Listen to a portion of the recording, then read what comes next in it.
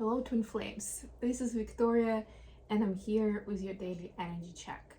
Thank you so much for tuning in. I've got a little bit of sage going on here, so if you're seeing smoke, that's all fine. That's how it's supposed to be, and I'm sure it's gonna go off any minute. So, this is just a little cleansing, a little smudging that I did before a session to cleanse the space. I hope you guys are having a great week and a great weekend now.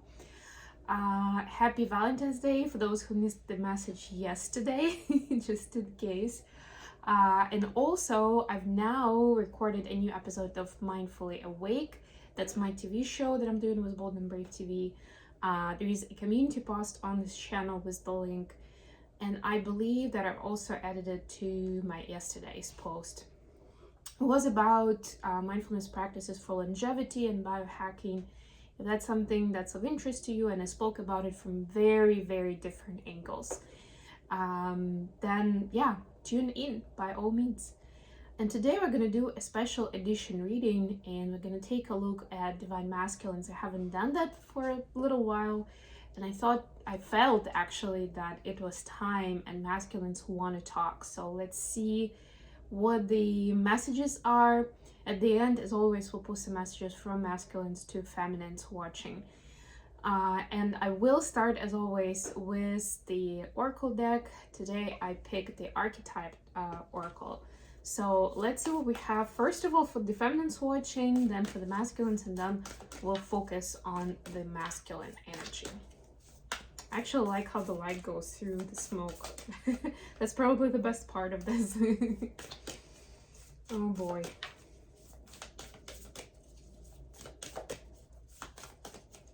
Okay, so divine feminines, your message is the orphan, number 5. Wow, that's like the 5 of Pentacles energy. Haven't actually gotten this card, so why not? Let's read the message quickly. To study the orphan is to study the deep and challenging energy of our time. We are ever more connected, yet face collective isolation. The refugee crisis haunts our planet. Children are separated from parents, and the earth begs for our attention. We are in a time of universal orphanage, of nature, of each other, of our own hearts. Take refuge in the fact that we all share this core wound and dilemma. It is normal to fear this card, as it haunts the caverns of the soul. When it appears, take time, real time, to be in the presence of the feelings this card stirs in you. Let it humble you. What are you starving for? What is the deepest gift you could imagine giving to others? What has been rejected is quite possibly what is most needed, dear one. Wow. Yeah, I mean, we don't really like any kind of energies or feelings that come up, even if we definitely like I think we actually feel more isolated more often than we care to admit. Like it actually happens quite a lot in our reality. Just fix the camera a little.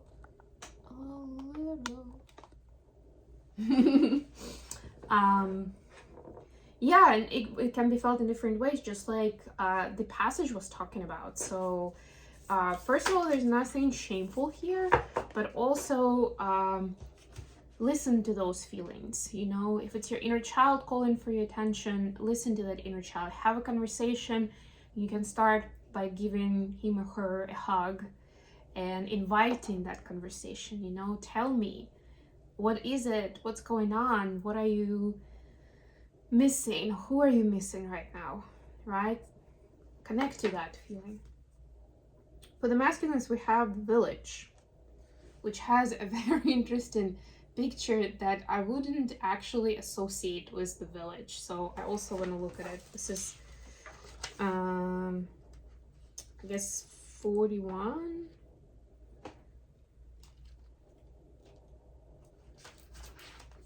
I'm definitely refreshing the knowledge of my Roman numerals with this deck. The village presents us with a conundrum. On the one hand, it's the place that feels most like home, the place to which you can always return. Nostalgia and comfort draw us back. On the other hand, it's the very place you must leave in order to grow. Around the village, an unspoken boundary exists. One most villagers do not want you to cross. Though some support your leaving, still you hear whispers of doubt as you venture beyond its borders, leaving them behind. The energy of the village is present anytime we feel restricted by a certain group, community, family, place, or ideology. It may have served us in the past, yet staying within its parameters will never satiate our thirst for life. Thank the village for all it has provided, knowing you will someday return. For now, the world awaits. All right, yeah, again, happens so often that we feel somehow obligated, or we just feel very comfortable in the life that we're used to. The village could take any shape, right? Like this is the notion of kind of like the hometown, the sort of like smaller area where everybody knows you, or like a lot of times, I think it's called the village because a lot of times in villages, people tend to move around less, you know, and that whole idea of like looking out for each other and being there for each other, it's so much stronger that it actually prevents people from leaving because they're like, well, I have so much going on here, or like these people really need me. And if you have special powers, skills, a lot of times you could be the only one in that village who does that, who knows that, and it's like, whoa, like what are these people even gonna do when I'm gone? Or they even tell you that, right? So they could bring up a lot of that sense of debt and obligation, or you know, kind of like it will feel like an excuse. That's what I'm trying to say, that you may not be feeling like a victim in the moment. Try to be like, yeah, but you know, I feel very strongly about it, and as human beings we like to feel needed. That's another side of it that you can look at, divine masculines. Okay, and by the way, 41 also comes down to 5, so we have 5 and 5 on each side. I'll do a 9-card spread for divine masculines, and we'll do the past, present, and future. That's what I feel we need to look at right now. So what do we have for the past of a divine masculine death? Yep. We'll get to all of this in a moment. 4 of Swords. Oof. And King of Coins. Then for the present, we have 7 of Wands. Page of Swords. And Ace of Cups. Beautiful. And then for the future, Queen of Cups. Toto here. Page of Wands. Will Smith. This is the movie tarot. I forgot to mention for those who are new to my channel, In the World with Mila Jovovich, of course. All right, so bottom of the deck, King of Swords with Mission Impossible. So yeah, I get a feeling that masculines, again, talking about obligation and what we just talked about was the village idea. Masculines feel, a lot of them feel like somehow they have an important task in their family, in their community, maybe in their town, who knows. Maybe in their specialty, like at work, I don't know, in their company that they work for, something like that. Something that, I don't want to say it keeps them behind necessarily, but it's somehow that they justify that, you know, maybe my dreams will take longer, you know, maybe right now is not a great time to do and just leave this behind, or like leave these people hanging. Right? It's like the strong feeling of responsibility and obligation towards a certain group. And speaking of the past, we have the Death, the 4 of Swords, and the King of Coins. So masculines have been through a lot in the recent past. And remember, we're obviously not talking like an entirety of time, so we're not talking specifically like 1 month, but this is the information that's relevant to what's going on right now. Like, this is important to know that they've been through a lot, right? And it took them a while to even recuperate and get back to their normal self and begin to enjoy what they're doing and want to integrate with other people and try something new, right? It took a while. It took a lot of energy for them. So they really value what they have and what they've built, you know, and they've reached a certain level of success. And of course, this is all relevant, and you can take it however it resonates for you, masculines or the cross watchers. But the point is, it was quite a rough journey, almost like from the bottom up. And masculines needed to almost like rediscover themselves. So they reached a certain level of stability in life that they really, really value because it's been tough. Then for the present moment, we have Seven of Wands, Page of Swords, and Ace of Cups. So right now there is a bit of a, I like to call it mixed feelings, but it essentially, that's what it is. It's more confused feeling, but it comes from, on the one hand, feeling like, you know, I need to take smaller steps. I need to be careful of what I'm promising to people, what I'm saying, words that come out of my mouth, right? And, you know, choosing, like if I'm choosing to do something or not, then I see like how safe I'm gonna feel. If it seems like too much of a risk, I probably won't do it. On the other hand, there is this heart opening that's happening with divine masculines, and there is a desire to try new things, or, you know, you have new feelings for the same people, places, and situations that you've known for a while, but you're seeing them with different eyes. And for some of them, it really calls for you, you know, where you feel, you strongly feel about, you feel strongly about actually doing something with that area of your life.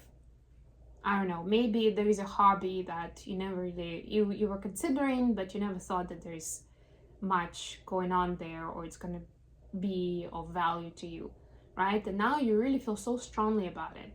And it kind of contradicts your desire to stay safe, to play small, at least for the time being, because there's still this fear of like, I don't want to lose everything again. I don't know what's around the corner, right? So it's kind of like pull and push a little bit. And it's like the conversation between the mind and the heart, right? Because the mind says, okay, let's calm down, let's take it easy. We just got here, let's stay in the safety for a while longer. On the other hand, there's a heart that says, but that feels so good, or that's so exciting, I really want to try that, or I really enjoy spending time with this person, I'd like to get closer to them and be more vulnerable. But that's also a risk, and that's always how it is. So of course, divine masculine, it's up to you to figure out how you want to do this, but remember that it's always about good balance. And yes, our brain will try to keep us in a box, you know, shielded from the world as much as possible. But it's up for you to decide when it makes sense to go out.